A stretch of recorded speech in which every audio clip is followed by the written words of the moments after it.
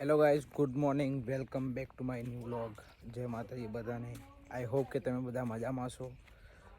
આજે પૂનમનો દિવસ છે તો દાદા એવું કીધું કે આપણા ઘરે નાનકડી એક કથાનું આયોજન કરીએ.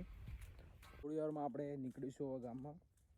કાકા લોકોને સવારમાં ગયા છે માર્કેટ, લાલ દરવાજા ફ્રૂટ્સ ને એ બધું લેવા માટે. કથામાં બધું જે જોઈતી વસ્તુ હોય.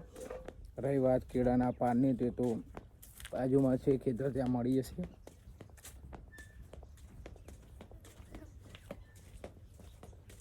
અમારા દાદી શું બનાવવાનું ચાલુ છે? પાણી મૂકીએ.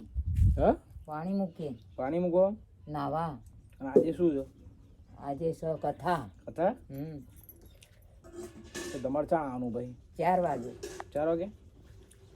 તો અમે જઈએ હતા જે વસ્તુ જે કામ હોય બધું પૂરું કરી નાખીએ. હા, કરી નાખો. બરાબર ને? હા, બરાબર. ત્યાં સુધી તમે તૈયાર શાંતિ આવો. હા, હો, શાંતિથી આવીએ. તમે તૈયાર થઈને કથામાં બેહો એટલે આવીએ. આપણા જેવા ગામમાં મિત્રો દાદાને તો સાંજે 4 વાગતાના આવશે. આપણે તો વહેલા જવું પડશે, કારણ કે અમુક વસ્તુ બધી લાવવાની છે. મારે ખુદ બેસવાનું એટલે આજે ઉપવાસ છે. આજે તો કંઈ ખાવાનું નહીં, ફ્રૂટ્સ હોય તો ખાશું. ત્યાં સુધી ચાલો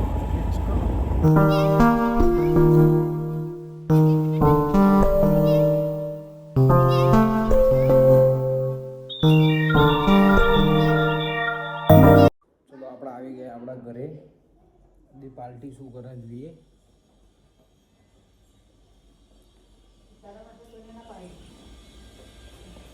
મને ઉપવાસ કરાવીને પોતે ખાવાનું ચાલુ છે. જો શરમ કરો, શરમ.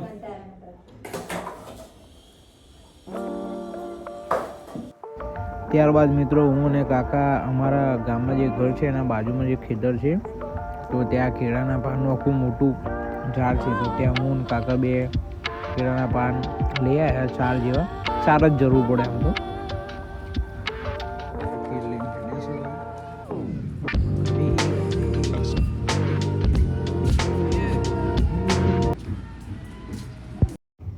એ પછી ગોર મહારાજ આવી ગયા અને એમનું સેટઅપ કરતા હતા પ્રોપર વેમાં. અને હું અને પપ્પા અને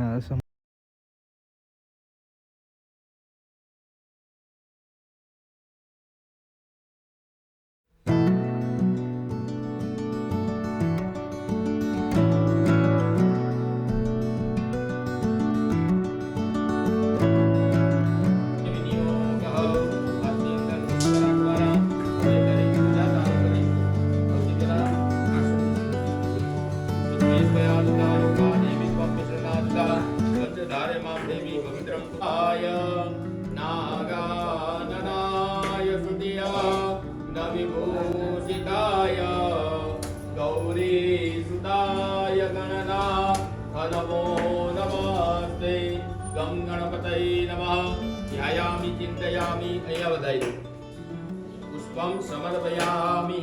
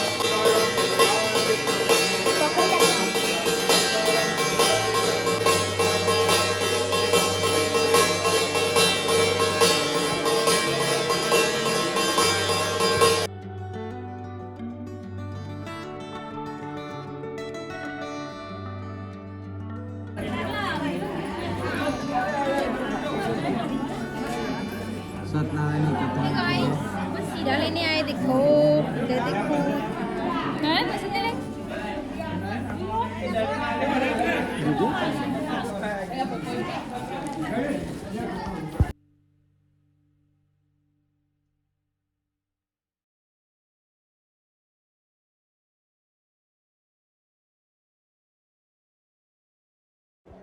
બધું સુખ શાંતિ બધી ગયું મિત્રો. હવે મળીએ શાંતિથી નેક્સ્ટ વ્લોગમાં. ત્યાં સુધી બાય બાય. જય શ્રી કૃષ્ણ.